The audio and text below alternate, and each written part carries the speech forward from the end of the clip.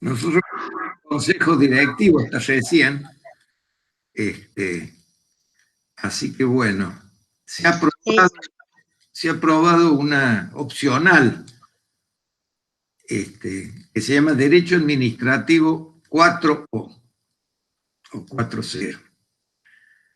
Que pensamos, bueno, quien quiera participar están todos invitados y tenemos ya 5 o 6 expositores, son solamente 15 clases de 2 horas una vez por semana, o menos de 2 horas. Bueno, y nos parece interesante porque es una cosa que se va a desarrollar mucho en la pospandemia, ¿no?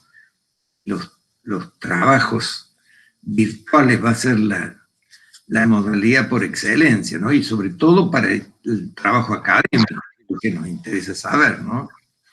Hay que hacer redes globales y va a ser mucho más barato invitar profesores extranjeros y mucho más barato que nos inviten a nosotros a exponer en otro lado, porque el tema viajes en avión para los posgrados era fatal. Con 2 o 3 profesores se acababan todos los recursos de la... Entonces ahora va a ser mucho más fácil lograr esa participación de los brasileños. ¿Ya hay algún programa ya aprobado? Y de los más países. ¿Cuál es el programa que se aprobó?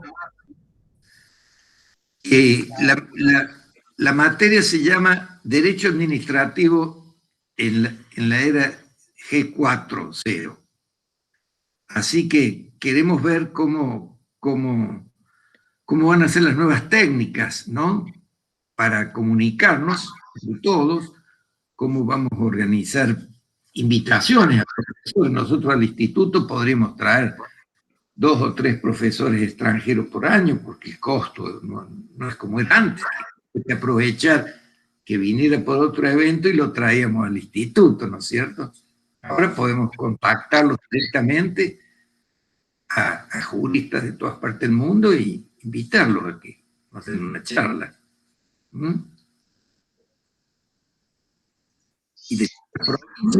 buena idea y felicitaciones, muy buena idea y felicitaciones. Sí, el segundo semestre lo vamos a hacer. Es un opcional para los estudiantes y vale como puntaje para cubrir los opcionales que necesitan para ingresar, ¿no? Perfecto, perfecto. Así que vamos a ver. Ahora que la veo a Daniela Sosa, la estoy buscando toda la semana y me dice, no viene a trabajar. ¿Y cómo no viene a trabajar? No viene a trabajar. No, porque estoy con teletrabajo, doctor. Hoy me habló Carolina. Ah, bueno. Por eso era... Ya hablé con Carolina hoy. Ah, bueno. Entonces, si hablaste con Carolina, ya no hace falta que hables conmigo. Hoy hablamos por teléfono con Carolina. Sí, me dijeron de la secretaría. Ah, perfecto. Cuando puedas llamar. Bueno, ¿a usted? Bueno, lo llamo. Sí.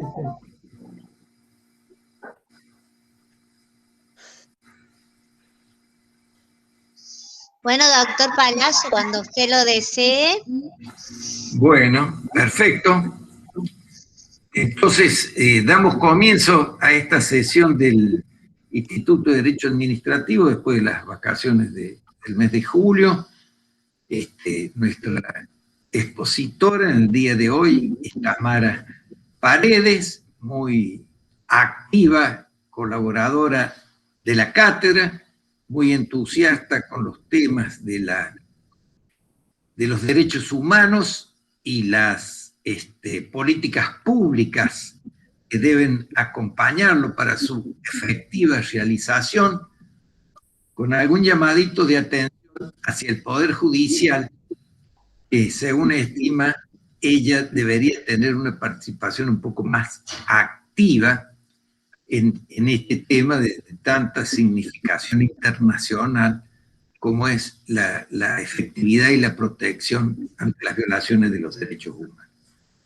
Así que, Tamara, Teniéndonos al reglamento, te vamos a ceder la palabra y después se abre un debate que comprende preguntas que te pueden hacer para que vos hagas alguna ampliación o alguien que opine, en fin, lo hacemos lo más enriquecedor y participativo posible.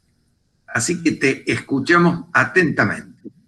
Bueno, en primer lugar, agradecer al instituto, a la persona del doctor José Palazzo, a la doctora Liliana Villafañe, que me dan esta oportunidad, que la verdad es muy bonito poder compartir con ustedes algunas ideas, y bueno, especialmente también a ustedes por dedicar algunos minutos para compartir algunas ideas que me parecen que les puede resultar interesantes.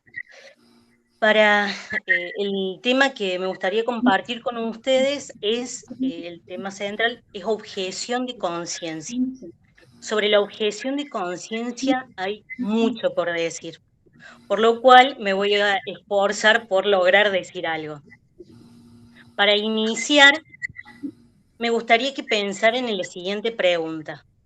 ¿Puede el derecho amparar su propia desobediencia? ¿Puede el derecho amparar su propia desobediencia? Bueno, si nosotros consideramos al derecho o al sistema normativo como más que un catálogo de obligaciones, prescripciones y castigos, entonces podemos responder afirmativamente. Si vemos al derecho como un espacio de libertades, de la aplicación de principios y garantías, no lo dudamos. Pero también es necesario tener en cuenta la clase de sociedad en la que estamos. La sociedad democrática moderna tiene dentro de sus valores fundamentales el respeto por la moral ajena. Entonces, la objeción de conciencia lo que haría sería, de alguna manera, promover el pluralismo, la tolerancia, la comprensión y lograr así el bien común. O sea, vivimos en una sociedad cada vez más heterogénea, donde es indudable que usted es diferente a mí, todos somos diferentes. Y ese reconocimiento tiene que ser tanto normativo como jurisprudencial. Ahora pensemos en qué es lo que ha dicho la Corte referido a qué es el bien común. El bien común ha sido definido por la Corte en el caso Asociación Lucha por la Identidad Travesti y Transexual contra Inspección General de Justicia, como señalando primero que en realidad no se trataba de una abstracción diferente o independiente a las personas, diferentes al colectivo. Y mucho menos aún se trataba de lo que piensa la mayoría con independencia o sin tener en cuenta la pretensión de las minorías, sino que es el bien de todas las personas. Y en el considerando número 15 de este fallo, la Corte reconoce de que en la sociedad contemporánea es cada vez más plural. Esto significa de que está compuesta por personas que tienen diferentes preferencias, visiones del mundo, intereses, proyectos, ideas. Este caso básicamente trataba de un grupo de personas que querían inscribir una sociedad, dice, ahí está, querían inscribir una sociedad y no se le da lugar a eso en virtud de que decía de que no cumplía con uno de los requisitos establecidos en el Código Civil, que era el bien común. Por eso, frente a esta negatoria de la administración, lo que hace la Corte es decir, en realidad, si aceptamos estas diferencias, debe otorgarse la personería y permitirle continuar con el trámite. Pero yo todavía no les he dicho qué es la objeción de conciencia. La objeción de conciencia es una negativa a cumplir con un mandato jurídico, ya sea con una decisión administrativa, con una decisión política, ¿bien? O con un mandato jurídico, porque tal porque esa posición implicaría transgredir una convicción fundamental. La Corte, en el caso Asociación de Testigos de Jehová contra Consejo Provincial de Educación de Neuquén, define a la objeción de conciencia como el derecho a no cumplir con una norma u orden de autoridad que viole las convicciones íntimas de una persona, siempre que dicho incumplimiento no afecte significativamente los derechos de terceros ni otros aspectos del bien común. Entonces, ¿qué significa esto? Que la objeción de conciencia en realidad no busca de que se modifique el ordenamiento jurídico, tampoco implica generar una acción colectiva de resistencia a la norma, sino de que el Poder Judicial o la Administración en su caso decida de que en el caso concreto, en un momento concreto, no se aplique la efectiva sanción que correspondería por el incumplimiento. De tal manera, es necesario precisar algunas características de la objeción de conciencia. ¿Quién puede ser objetor de conciencia? Objetor de conciencia puede ser tanto una persona creyente como una persona no creyente. Ambas pueden tener dilemas de conciencia. También es necesario señalar que se trata de una convicción profunda. No se trata ni de una mera opinión ni de algo cambiante y superficial, sino no estaría protegido como un derecho fundamental. Bien, la otra característica es que, como les mencionaba, lo que se busca no es cambiar el sistema normativo, sino obtener una dispensa en el caso concreto. Se trata de una resistencia pacífica. Para precisar un poco más el concepto, lo que podemos hacer es tomar las ideas de Rawls. Rawls lo que hace es compararlo con dos institutos más: la desobediencia civil y la evasión de conciencia. ¿En qué se diferencian con la objeción de conciencia? La desobediencia civil, a diferencia de la objeción de conciencia, lo que busca es cambiar la norma. Tenemos el ejemplo de Mahatma Gandhi o de Martin Luther King. En el caso de Martin Luther King, lo que hace es luchar, o lo que promovía era la desobediencia de las leyes que en ese momento eran racistas y opresivas para lograr su abolición. En cambio, la objeción de conciencia lo que está buscando es preservar la integridad, ¿bien? No generar un efecto político, ni tampoco la desaparición de la norma esa en concreto. Tampoco se busca obstaculizar ni modificar la norma. Ahora, otro de los institutos que mencionamos para comparar es la evasión de conciencia. Antes, con la desobediencia civil, la diferencia era la finalidad. En cuanto a la evasión de conciencia, lo que cambia es la publicidad. El objetor de conciencia recurre a la justicia en busca de que se le reconozca este derecho, de tal manera que de alguna manera lo hace público, mientras que en la evasión de conciencia la persona lo hace de manera privada. Por ejemplo, el médico que dentro de un sistema donde está prohibido el aborto, realiza un aborto a la mujer que lo requiere porque considera que es su deber apoyar a esta persona. Ahora, dentro de los sistemas jurídicos se pueden adoptar diferentes posiciones referido a la objeción de conciencia. Aplicarlo de manera plena, aplicarlo de alguna manera restringida, como por ejemplo, o condicionada, condicionarla a que no dañe a terceros, al bien común, o también se puede optar por su inadmisibilidad. Este es el caso de la Constitución de Venezuela. En el artículo 61 de la Constitución de Venezuela se rechaza a la objeción de conciencia. Se los leo literalmente. Dice: la objeción de conciencia no puede invocarse para eludir el cumplimiento de la ley o impedir a otros su cumplimiento o el ejercicio de los derechos. Por lo tanto, la Constitución de Venezuela no admite la objeción de conciencia.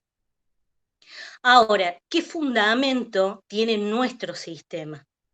En nuestro sistema, la objeción de conciencia no está reconocida de manera expresa, o sea, deriva de la libertad de pensamiento, de la libertad de conciencia, de la libertad de culto, de la autonomía personal. Entonces tiene como fundamento el artículo 14 de la Constitución Nacional, el artículo 19 de la Constitución Nacional, el artículo 33 y el artículo 75, inciso 22, en donde se muestra diferentes tratados internacionales. Es así que podemos mencionar, por ejemplo, a la Declaración Universal de Derechos Humanos, que en su preámbulo menciona la verdad, una reflexión muy bonita, porque dice que el desconocimiento y el menosprecio de los derechos humanos han originado actos de barbarie ultrajantes para la conciencia de la humanidad. Y menciona que una de las aspiraciones del mundo es que todas las personas disfruten de la libertad de palabra y la libertad de creencias. Al igual que el artículo 18 menciona que toda persona tiene derecho a la libertad de pensamiento, de conciencia y de religión. La Convención Americana sobre Derechos Humanos también consagra la libertad de conciencia, la libertad de religión, así como el artículo 18 del Pacto de Derechos Políticos. Una vez ya pensado este marco jurídico, me gustaría compartir con ustedes un caso que me parece por lo menos interesante para reflexionar. Carrizo Coito Sergio contra Dirección Nacional de Migraciones. En este caso en particular se trataba de una persona uruguaya que había dejado su país en busca de trabajo y cuando ingresa a la Argentina se le pide, o sea, lo que hace es inmediatamente iniciar los trámites para la radicación. Dentro de los trámites estaba llenar un formulario. Dentro de ese formulario había una pregunta que decía qué religión profesaba. Él responde de que era testigo de Jehová y eso fue suficiente para que la Dirección Nacional de Migraciones decretara la ilegalidad de su estadía en el país y ordenara su expulsión. Entonces, basa en ese caso la administración su decisión en la idea de que esta religión, en ese momento, estamos hablando de 1980, estaba proscripta. Frente a eso, lo que hace el actor es interponer un recurso de amparo. En el fuero contencioso administrativo se hace lugar a su pedido y se ordena dejar sin efecto la expulsión y seguir con los trámites necesarios para regularizar su situación migratoria. Se apela a eso, llega a la Cámara Nacional de Apelaciones, en donde confirma en realidad lo que decía la administración.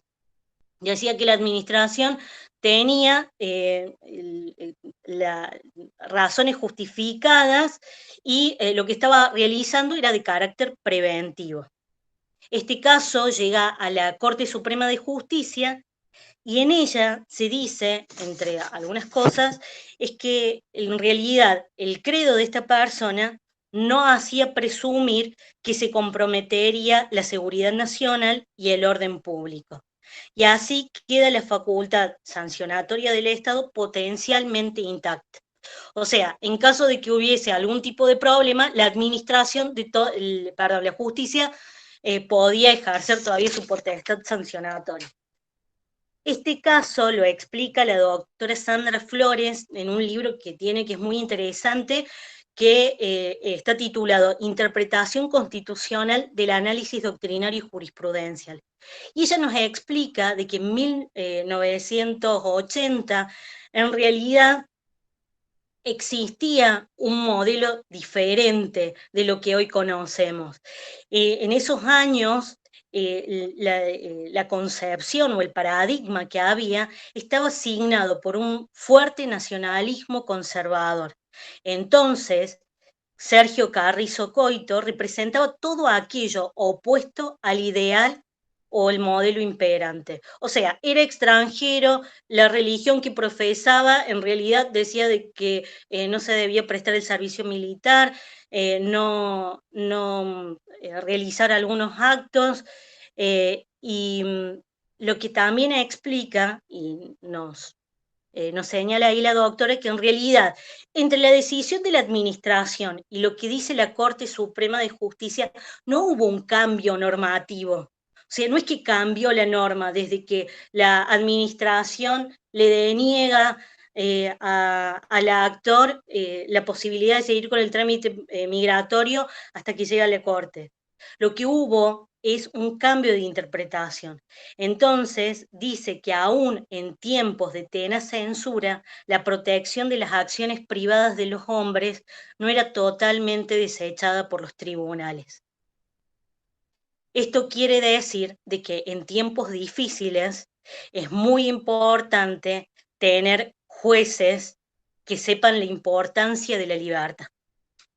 Me parece una buena reflexión. Pero la siguiente pregunta que nos podemos hacer referido al tema de la objeción de conciencia es, ¿existe un límite a la objeción de conciencia? Bueno, la libertad y la autonomía del ser humano no puede tener otros límites que la realización de un perjuicio a otra persona. O sea, no hay buenas razones para obligar o prohibir una conducta a una persona si no tiene ninguna consecuencia para los demás. Lo que se está haciendo es rechazando el paternalismo jurídico. O sea, mientras una persona no daña a otra, tiene la libertad de elegir lo que considere mejor para sí misma. Este paternalismo que consiste en una intervención coactiva en el comportamiento de una persona para evitar que se dañe a sí misma, podemos ver algunos ejemplos en el derecho actual, especialmente, por ejemplo, en materia de vialidad. Por ejemplo, cuando se nos pide de que utilicemos el cinturón de seguridad o el casco. Hay una especie de actuación paternalista del Estado. Pero, por ejemplo, en Canadá, teniendo en cuenta esa situación, los Sikh, que pertenecen a una confesión religiosa india, deben, por ejemplo, utilizar un turbante. Eso no es compatible con utilizar casco, ya sea ni para las obras, para trabajar en obras, y tampoco cuando se maneja. Entonces, ¿qué hizo el sistema canadiense? Lo que hizo fue, dando una aparente solución, es librarlos de la obligación o exonerarlos de la obligación de utilizar el casco a esta confesión religiosa en particular. Digamos, resumiendo la idea, no es bueno que el Estado tome por usted las decisiones mientras no afecten a terceros. Y referido a esto, Stuart Mill dice que nadie puede ser obligado a realizar algo o abstenerse a algo porque sea mejor para él, porque le va a hacer más feliz o porque le parezca más acertado o más justo. Usted puede razonar con esta persona, usted puede intentar persuadirlo, usted puede incluso suplicarle, pero lo que no puede hacer el Estado es interferir en esa conducta. O sea, volviendo a lo que dice Stuart Mill, dice que la persona sobre sí mismo, sobre su propio cuerpo y sobre su espíritu, el individuo es soberano. Y cada uno es responsable mientras no afecte a los demás. Ahora volvamos a los límites que tiene que tener la objeción de conciencia, que es lo que dice la Corte Suprema de Justicia. En el caso NN-ODB contra protección y guarda de las personas.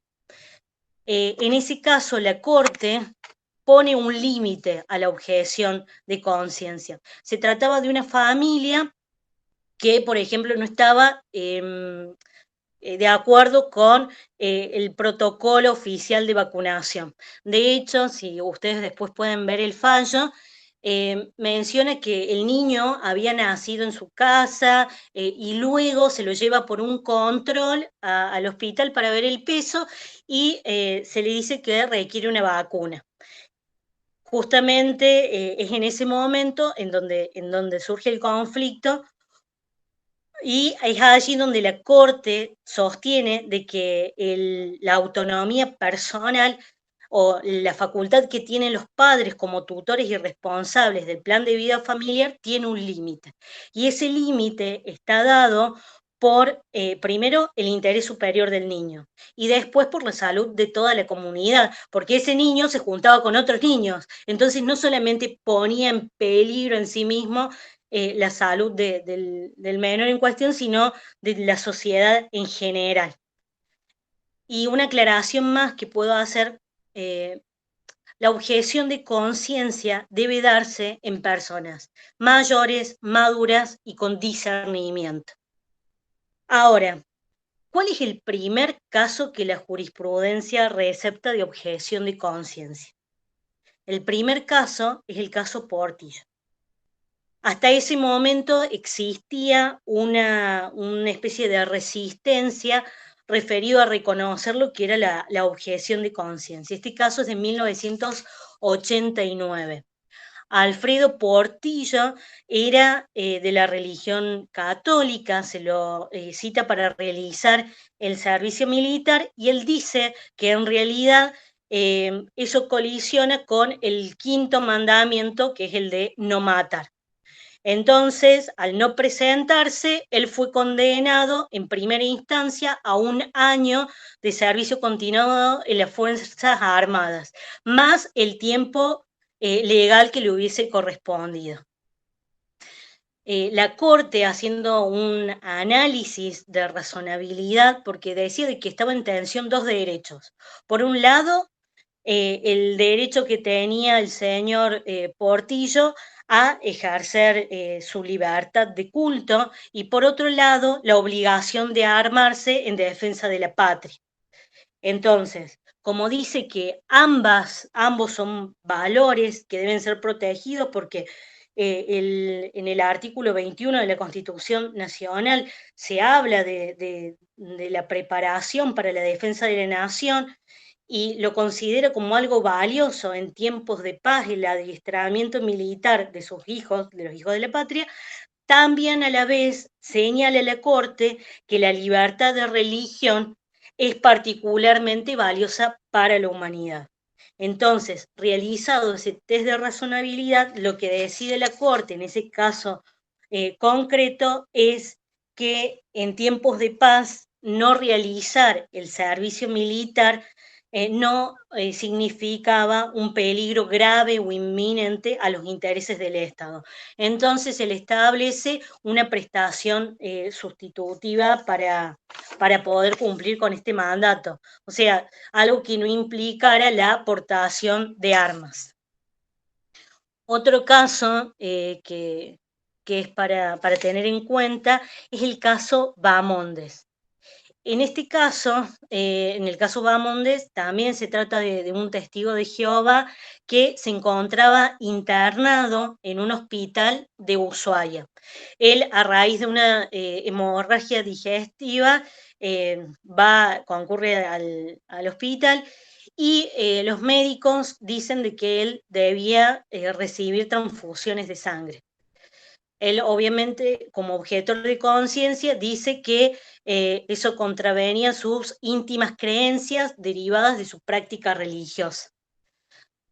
Entre idas y venidas, llega esto a la Corte, pero 4 años después, cuando el señor Bahamondes ya estaba en su casa, sano, y no se le había realizado ninguna transfusión sanguínea.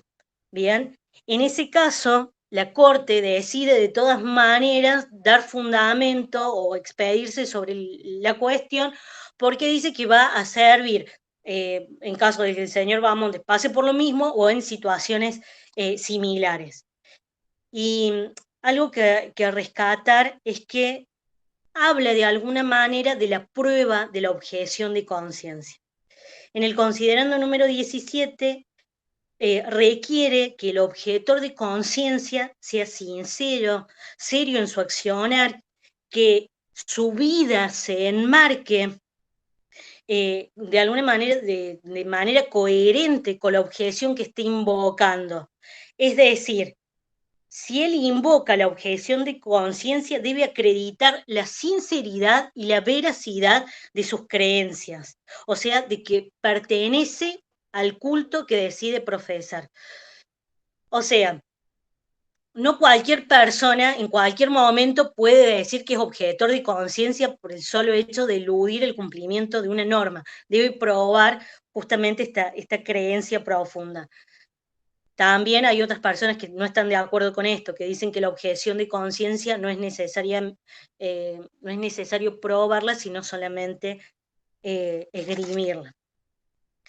Otro caso es el de Albarracini, donde también se trata de un testigo de Jehová, y en ese caso se encontraba de manera inconsciente y su esposa mostró un documento con una dirección anticipada. En ese caso, algo que remarcar que dice la Corte Suprema de Justicia de la Nación, que menciona lo que dice la Corte Europea de Derechos Humanos, que menciona que cada adulto tiene el derecho y la capacidad de decidir si acepta o no un tratamiento médico, aun cuando su rechazo puede causar daños permanentes a la salud o llevarlos a una muerte prematura. No importa si las razones para el rechazo son racionales o irracionales, desconocidas o aún inexistentes. Y de nuevo volvemos al tema de la autonomía de la voluntad. Mientras no se dañe a terceros, cada uno es dueño de elegir lo que estime conveniente para sí.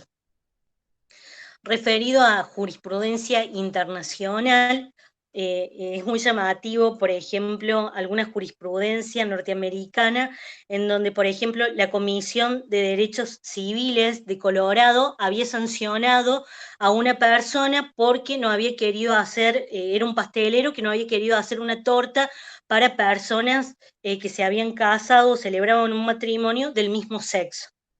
En ese caso, la justicia norteamericana declara la nulidad de la sanción, en razón de que la persona que se negaba a realizar eso estaba basada en sinceras creencias y convicciones.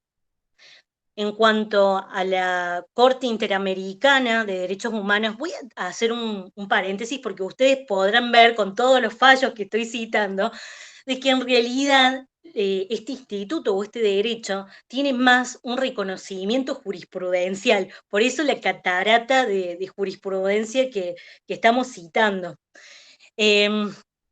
Bueno, les decía que la Corte Interamericana de Derechos Humanos, en el caso Sally Vera y otros, eran 3 jóvenes chilenos que presentan solicitudes individuales como objetores de conciencia. Y decían como argumento de que en realidad era una incursión arbitraria en su vida privada y una injerencia legítima en sus planes de vida. Ellos presentan eso, pero de todos modos fueron incluidos en el llamamiento ordinario y para rendir el servicio militar. Los jóvenes no se presentan, pero nunca fueron ni enjuiciados por no haberse presentado. Por haber sido citados, los jóvenes alegaban que el Estado era responsable por la violación a la objeción de conciencia. Y arguían lo mismo. En ese caso, la Corte Interamericana no encontró responsable a Chile por las alegadas violaciones a la objeción de conciencia. Otro ejemplo lo tenemos en el caso Artavia, Murillo y otros contra Costa Rica. No sé si el doctor todavía continúa. Tenemos entre nosotros a un juez contencioso, no sé si ya se habrá ido, al doctor Leiva, que él es de la juez contencioso en Costa Rica. Así que bueno, los saludo, gracias por estar y quizás después nos pueda aportar un poco más sobre este caso. En el año 2000, el gobierno de Costa Rica lo que hace es prohibir las técnicas de reproducción asistida, derivado de la declaratoria de inconstitucional de un decreto, ¿bien? Por considerarlo violatorio a los derechos del no nacido en ejercicio de las prácticas de fecundación in vitro. En ese caso, se decía que lo que se estaba haciendo era violar la Convención Americana sobre los Derechos Humanos, que establece el respeto a la vida desde la concepción. 9 parejas sufren daño porque algunas se ven obligadas a abandonar el tratamiento, otras a salir del país para terminar justamente el tratamiento. Entonces, en ese caso, la Corte consideró de que Costa Rica sí era responsable por la violación del derecho a la salud, porque la Organización Mundial de la Salud considera la infertilidad como una enfermedad. En realidad, lo que dice la Corte es que lo que se estaba violando es el respeto a la vida privada y hay una especie de discriminación indirecta al impedir el acceso a un tratamiento de parejas que no puedan concebir de esta manera. Hablando con el doctor Leiva, él me mencionaba que en realidad lo que estaba envuelto atrás, en realidad era una discusión en cuanto a si el embrión era o no persona. Y algo muy interesante también que se deriva de eso es que muchos hablan de la objeción de conciencia de Estado. O sea, mientras acá a veces discutimos sobre la objeción de conciencia de las instituciones, en ese caso incluso se hablaba de la objeción de conciencia del Estado de Costa Rica al negar este tipo de tratamientos.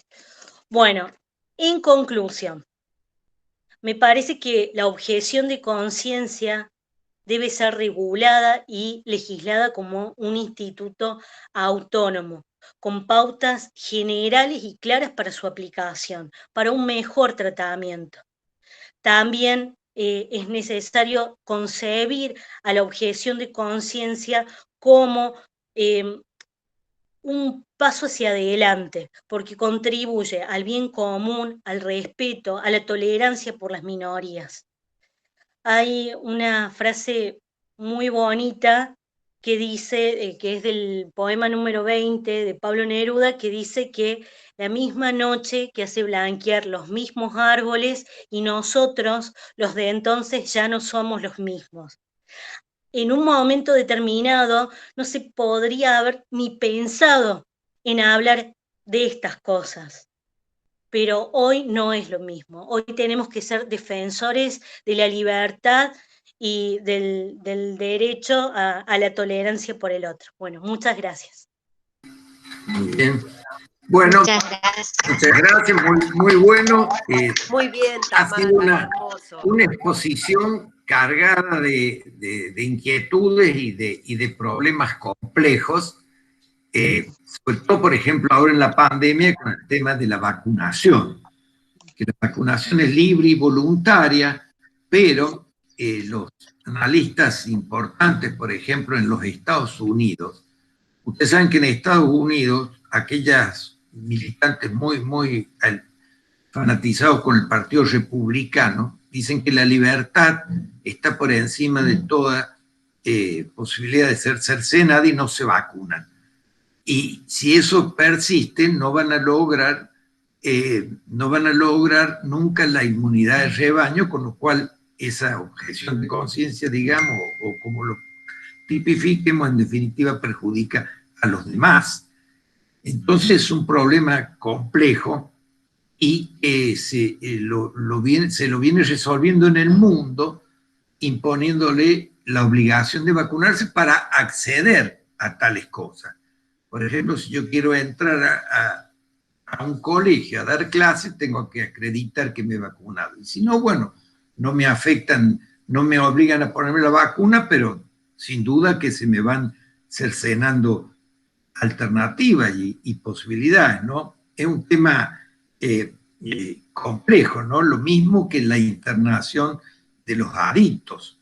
Es un tema muy complejo porque administrativamente no se puede disponer y judicialmente hay que hacer pericia, etcétera. Es interminable el trámite, muchas veces no se llega a buen puerto, ¿no? Es lo que sucedió hace poco en Buenos Aires con ese adicto al que querían internar y que hizo semejante conflicto. Bueno, le vamos a conceder la palabra al doctor Altamira Gijena, que nos ha pedido la palabra. En primer lugar, la felicito porque es muy clara la exposición y un tema sumamente interesante. Y eso está vinculado a dos problemas que son importantes. Por un lado, ¿hasta dónde puede llegar el Estado dictando resoluciones? Y segundo, al problema de la ética. Y eso me viene a la memoria un libro de Jacques Maritain que se llama El hombre y el Estado. Y el hombre y el Estado habla del político. Dice que es político no solamente el que gobierna, sino que también es político el legislador, sino que también es político el juez con sus resoluciones, porque hay muchas resoluciones que están vinculadas a la política. Y esto dice que para no tener problema de conciencia, tiene que obrar bien, tiene que respetar la verdad, tiene que respetar la buena fe, tiene que respetar la lealtad, tiene que respetar la probidad. Dice, y de esa forma él va a estar tranquilo. Se puede equivocar el gobernante, se puede equivocar el juez, se puede equivocar el legislador, pero no actúe de mala fe. Cuando actúa de mala fe, entonces sí, no solamente hay un problema de conciencia, sino que él tendría que dejar de ser político, porque un político sin ética, si mal no recuerdo, él dice que es lo mismo que una campana sin badajo. Y el otro asunto vinculado también es el que se refiere al límite del Estado. ¿Hasta dónde puede llegar el Estado? Y eso usted, Tamara, lo ha explicado bien y ha dejado, señora, ¿hasta dónde puede llegar vinculado a lo que dice el doctor Palazzo? ¿Hasta dónde puede llegar el Estado? Si tomamos una posición estatista, dice que el Estado puede llegar hasta cualquier, no tiene límite. No tiene límite el Estado y el Estado reemplaza a la persona. Si tomamos una posición privatista, dice no, el Estado tiene un límite en su proceder y el proceder está en el bienestar general, que está en el preámbulo de la Constitución. Y ese bienestar general, nuestros constituyentes lo tomaron de Estados Unidos, que ya acuérdense que Estados Unidos en 1700 dictó la Constitución y nosotros lo dictamos en 1853, o sea, tenía ya como 70 años ya tenía. Bueno, entonces ahí está el límite. ¿Hasta dónde puede llegar el Estado? La felicito, Tamara, porque realmente muy interesante y es para seguir pensando. Felicitaciones. Gracias, profe.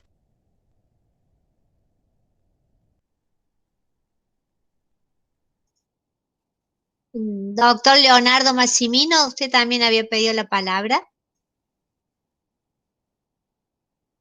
Sí, buenas tardes. La había apagado después porque efectivamente, como decía el profesor Julio Altamira, considero que entre los fundamentos que señala Tamara, que aprovecho para felicitarte, Tamara, porque has hecho una excelente exposición y sobre todo de vuelta pensar sobre un tema muy actual. Considero que con todos los vientos que hay en cuanto a la regulación de la obligación de vacunar y demás, un tema que en los tribunales, tarde o temprano, algún pronunciamiento puede llegar a haber. Entonces, es muy actual el debate, ¿no? Creo que en el preámbulo está el concepto, el ideario de de hombre que anida en la Constitución, porque en definitiva el debate que vos planteás o la cuestión que planteás tiene que ver con una visión antropológica que tiene la Constitución, que está plasmada en los artículos que vos señalás, y también, reitero, invocando a Dios en el preámbulo como fuente de razón y justicia. También señalo que el derecho a la resistencia, a la no obediencia, tiene fuentes cristianas. Cuando una norma civil o social se oponía a un mandato cristiano, daba derecho al creyente a no cumplirla, ¿no es cierto? Santo Tomás, etcétera, San Agustín, entre otros. Creo también que si ponemos nosotros en cuanto a la cuestión está trazar los límites. Fíjate que vos señalabas el ejemplo de Canadá con el tema de los cascos, y esto nos remite a la intervención razonable del Estado. El tema es, por ejemplo, si la fuente regulatoria limitante del Estado para reconocer que alguien lleve un casco arriba de una moto tiene que ver con el hecho de que el costo sanitario que tiene para los hospitales públicos la cuestión, fácil es el Estado encontrar un fundamento para intervenir. De vuelta, siempre hay dos derechos en pugna, y ahí está viendo la cuestión pública con la privada y remite al concepto que tenemos de ser humano, ¿no? Cuando vos hablabas, yo recordaba también el caso de la Corte Suprema, de la Herrera de Noble, en el cual obligaron a la familia a la extracción de sangre, incluso con reiterados pronunciamientos, a los efectos de acreditar si eran o no hijos de tal o cual persona, lo cual ahí te das cuenta, llevando al máximo extremo una determinada razón de interés público, dejás, digamos, de alguna forma anulada la libertad individual. Siempre va a haber una razón de interés público para, de alguna manera, reducir el núcleo duro del derecho a libertad. También quiero apuntar, y son solamente cuestiones que estoy apuntando, que la Constitución de Ecuador reconoce en el artículo 98 el derecho a la resistencia, que creo que es el de la objeción enervado. Dice, los individuos y los colectivos podrán ejercer el derecho de resistencia frente a acciones o omisiones del poder público, las personas naturales, y dice, y demandar el reconocimiento de nuevos derechos. Pérez Luño y también Jaime Rodríguez Arana han ponderado esta norma porque es el primer caso de una constitución que reconoce el derecho legalmente a la resistencia de una norma, no solamente de una disposición pública, sino también de un privado. Demandar ante los tribunales, ¿no?, esta objeción o la resistencia para casos puntuales. En fin, es un tema que tiene muchas aristas, te felicito de vuelta, porque, reitero, es un problema muy bien planteado, lo has planteado con mucha claridad, así me queda por lo menos a mí, y creo que la jurisprudencia de la Corte en este sentido ha sido zigzagueante, incluso, reitero, en estas causas de Herrera de Noble ha encontrado razones muy opinables para justificar un avasallamiento, a mi modo de ver, de la libertad individual. Así que te felicito, Tamara. Gracias, profe.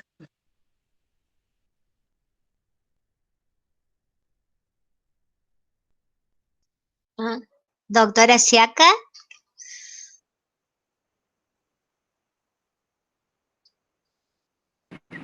Bueno, Tamara, vuelvo a repetir mis felicitaciones, como lo han hecho todos los asistentes, por lo bien que has planteado este tema de la objeción de conciencia.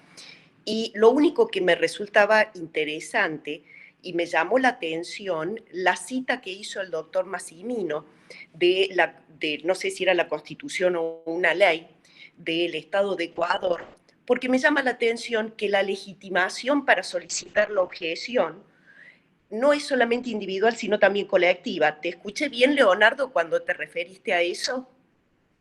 Porque me llamó la atención, uno piensa en la objeción de conciencia como un derecho personalísimo ejercido por un individuo particular, pero están hablando de la objeción de conciencia de un grupo o de un colectivo de personas. Por eso me llamó la atención hasta qué punto había llegado la regulación en Ecuador a esta temática de la objeción de conciencia. Bueno, ese era mi aporte de lo que me había llamado la atención del debate. Muchas gracias, Fabi. Yo creo que como que la objeción de conciencia cada vez va tomando diferentes niveles. En el caso que yo había mencionado, Costa Rica, incluso se hablaba de objeción de conciencia de estados.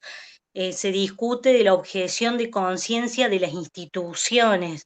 O sea, yo creo que, bueno, está discutido si personas jurídicas pueden o no ser eh, dueñas de este derecho, ¿bien?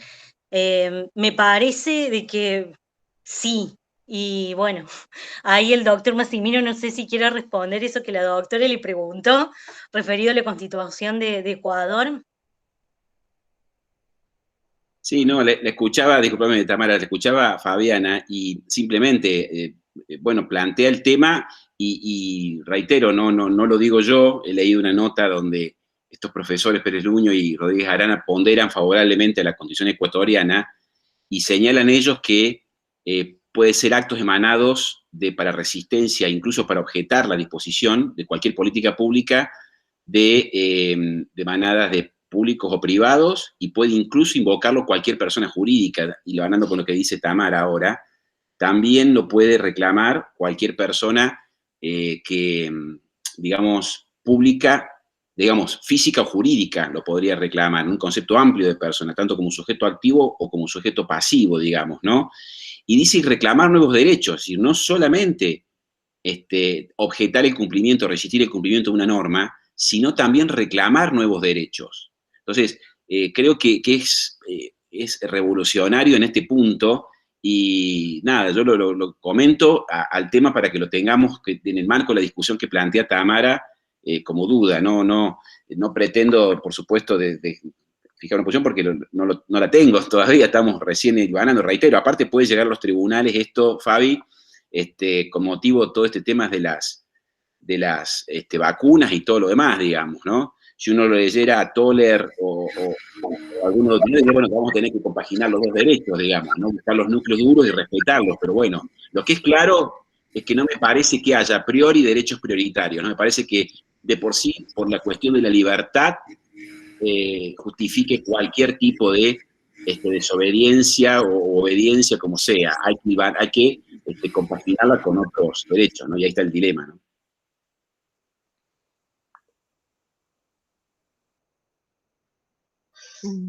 Carolina. Bueno, Tamara, muy interesante lo que has planteado, aparte, como dicen todos, ultramoderno, porque es el tema que además de que viene hace mucho, ahora está totalmente en vigencia.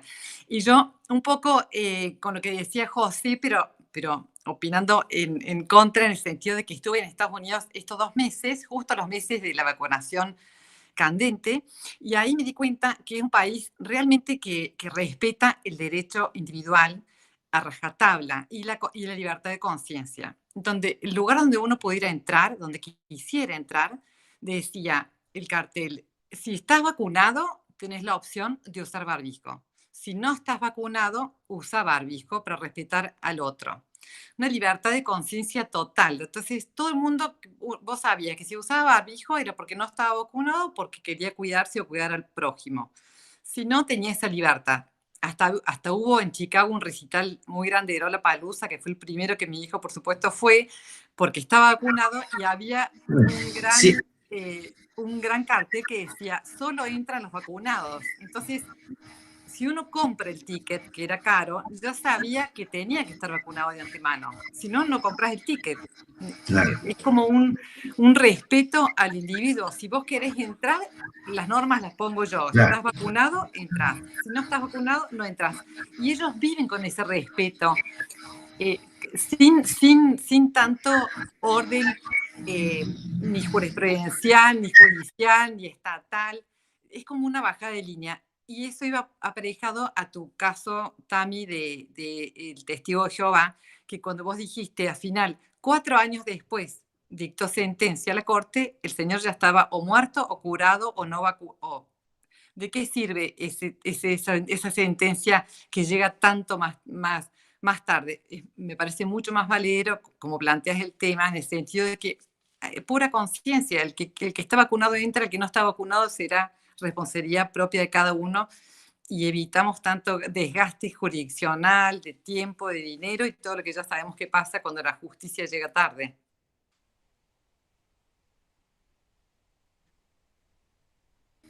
Daniela.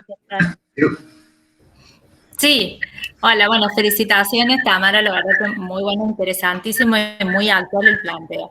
Y sumándome a lo que decía justamente el Caro y el doctor Palazzo, creo que indudablemente el tema de la regulación o de las decisiones que toma el Estado van a venir en estos temas a través del órgano gobernante, ¿no? Esperar a que sea el judicial a que después tome una decisión, la verdad, como dice Carolina, a veces llega demasiado tarde, ¿no? Entonces, me parece que el hincapié está en los otros órganos del Estado.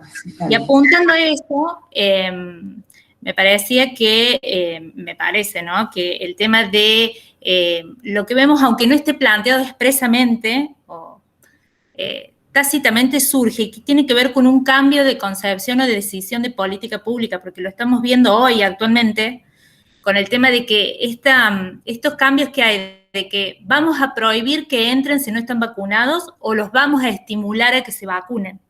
Ustedes habrán notado que en las noticias hoy es como que yo lo advierto, esto como que ha habido un clic, un cambio, y tiene que ver con esto, yo creo, en buscar una generación de cambio de conducta social a través de un incentivo y no de una sanción.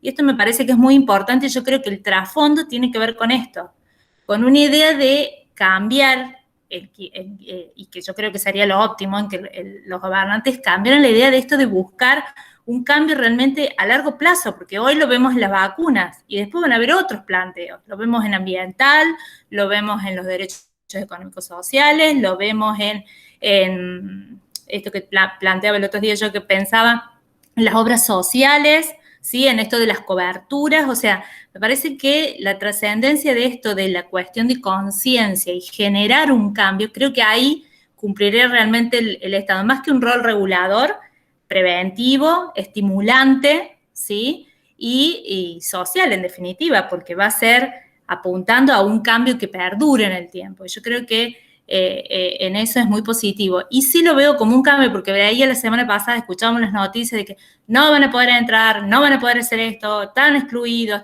y de pronto, no sé, hubo un cambio de decir, no, bueno, vamos a buscar de estimularlos, de promoverlos, y tiene que ver, y me pareció muy loable, me parece que es acertado el cambio, es mi opinión, no puedo estar totalmente equivocada y no estoy en la administración, pero me parece que eso es muy bueno y tiene que ver con esto, con el respeto de la decisión del otro y buscar generar esa responsabilidad que tanto nos está costando en todas las partes del mundo, ¿no? Yo creo que no solamente es acá, sino que creo que es un problema global y humano más que nada.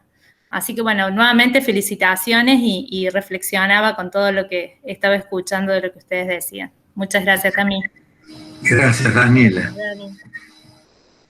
Sí, bueno, saludamos a Tamara nuevamente con otro aplauso y muchas gracias a todos los participantes. Y, como siempre, este instituto en la vanguardia de las discusiones públicas más importantes. Así que nuevamente gracias a todos los que asisten y lo mantienen con entusiasmo. Y por supuesto, en particular a Tamara. Muchas gracias. Gracias, Liliana. Gracias.